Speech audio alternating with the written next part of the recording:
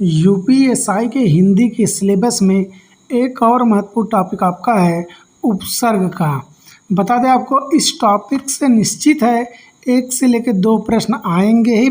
अगर आप इस टॉपिक अच्छे से नहीं पढ़ेंगे तो वो प्रश्न आपके गलत हो सकते हैं, लेकिन मेरा ये 100% दावा है इस वीडियो को देखने के बाद उपसर्ग संबंधित कोई भी प्रश्न आप गलत नहीं करने वाले हैं।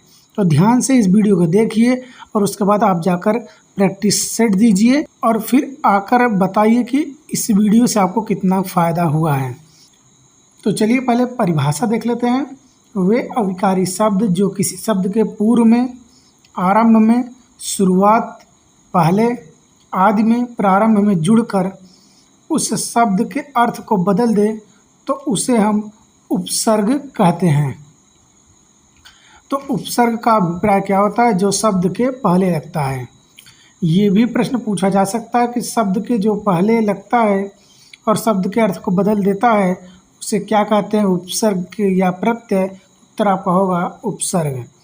आइए अब हम देख लेते हैं तरीका कि किस तरह से हम उपसर्ग को पहचानेंगे। उपसर्ग पहचानने का सबसे पहला तरीका जो आपका है, जब कोई ऐसा शब्द आए जिसमें यड़ संधि का प्रावधान रहे तो उपसर्ग निकालते समय सर्वप्रथम हम विच्छेद कर लेंगे। मतलब विच्छेद कर आप उस शब्द का उपसर्ग निकाल लेंगे अगर दिए गए शब्द में यड़ संधि का प्रावधान है। यहाँ कुछ एग्जाम्पल मैं आपको दिखा दे रहा हूँ। जैसे यहाँ पर देखिए कुछ महत्वपूर्ण एग्जाम्पल आपका।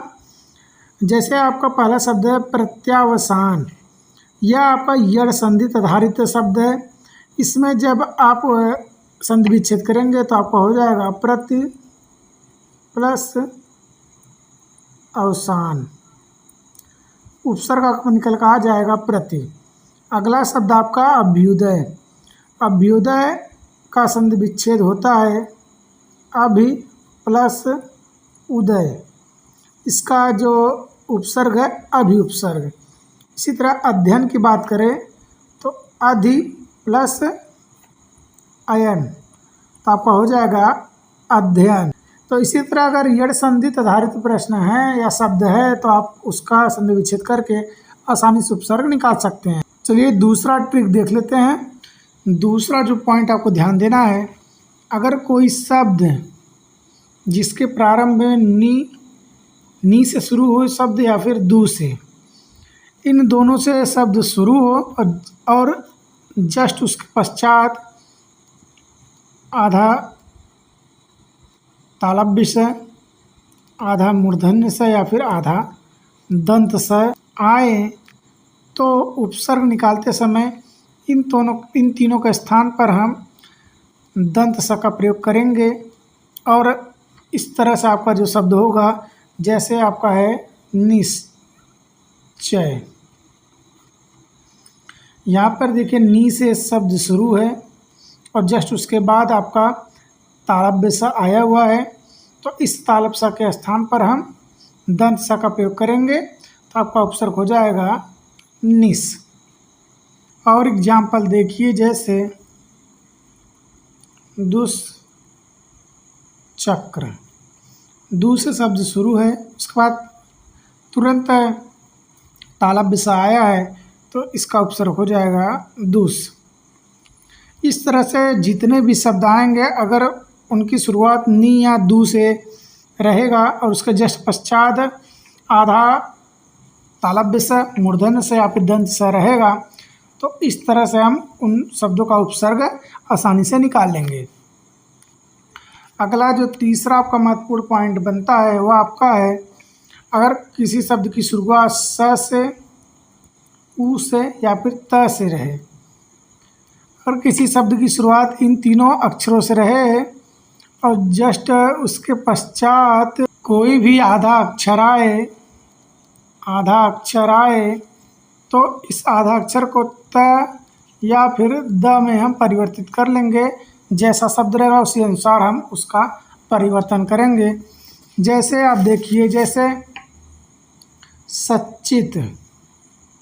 सच्चित में अगर आप देखेंगे तो जो शब्द की शुरुआत हुई वह स से हुई है और जस्ट उसके पश्चात आधा च आया हुआ है, तो इस च का हम परिवर्तन किस में करेंगे, द की च में, द की त में। इतना तो थोड़ा सा आपका प्रैक्टिस होना चाहिए। आपका परिवर्तन हो जाएगा त में, तो आपका हो जाएगा सत, सत प्लस चित, इसमें आपका हो जाएगा सत उपसर्ग। इसी तरह एक और एग्जाम्पल आप देखिए, जैसे हो उन्मेष, ऊ से शुरुआत हुआ है, आधा ना आया हुआ है, तो उत हो जाएगा आपका। न आधा ना के स्थान पर क्या हो जाएगा, उत। उत तो होगा नहीं, उत धन मेष, आपका यही सटीक उत्तर भी आपका होगा। थोड़ा सा आपको इतना तो समझना होगा कि त होगा कि द होगा, इतना तो आपको थोड़ा सा प्रैक्टिस करना होगा। शब्द के संधि विच्छेद के आधार पर आपको इतना तो समझना ही होगा। अगला जो पॉइंट आपका बनता है कि कोई शब्द की शुरुआत इस तरह से हो या फिर स से सिर्फ हो और स के बाद पंचमाक्षर हो, तो इनके स्थान पर उपसर्ग हो जाएगा सम उपसर्ग। जैसे संस्कृत क्या अगर उपसर्ग पूछेगा तो स के ऊपर देखिए बिंदी है, तो इस अनुनासिक, तो इसका मतलब ये आपका उपसर्ग हो जाएगा सम उपसर्ग। इसी तरह जैसे संस्कार पूछे, संस्कार के बाद स के ऊपर देखिए पंचमाक्षर है, तो इसका उपसर्ग हो जाएगा सम उपसर्ग, सम प्लस कार, सम प्लस कृत। इस तरह से आप आसानी से इन प्रश्नों को भी हल कर सकते हैं।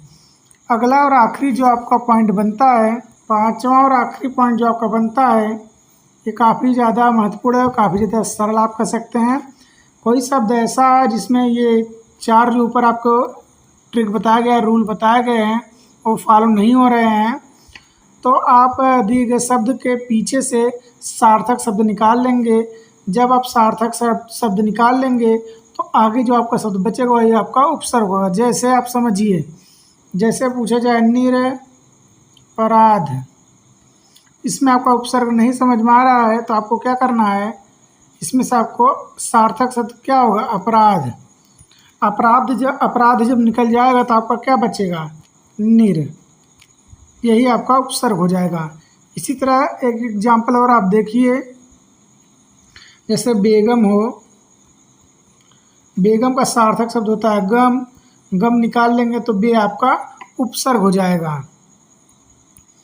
इसी तरह अगर एक एग्जाम्पल और देखें, फिलहाल, फिलहाल अगर एग्जाम्पल हम देखें तो फिलहाल में आप जब सार्थक शब्द निकालेंगे तो आपका क्या निकलेगा, आपका निकलेगा हाल।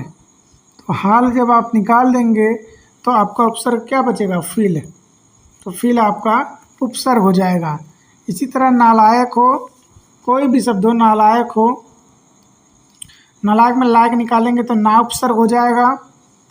इसी तरह जितने भी शब्द होंगे, अगर चार रूल जो आपको ऊपर बताए गए अगर वो फॉलो नहीं हो रहे हैं तो ये आप पांचवा रूल लगाकर आसानी से शब्दों में से उपसर्ग निकाल सकते हैं। तो अगर आपके मन में अब भी कोई डाउट हो तो कमेंट में आप पूछ सकते हैं। आशा करते हैं आप अच्छे से समझ गए होंगे। इसके बाहर से कुछ भी नहीं आने वाला है। अब आप प्रैक्टिस उठाइए और अच्छे से सभी उपसर्ग वाले प्रश्नों को देखिए और हल कीजिए। अगर अब भी आपके मन में डाउट है तो कमेंट बॉक्स में आप हमें ज़रूर बताएं। चैनल से जुड़े रहेंगे अपडेट तक। जय हिंद।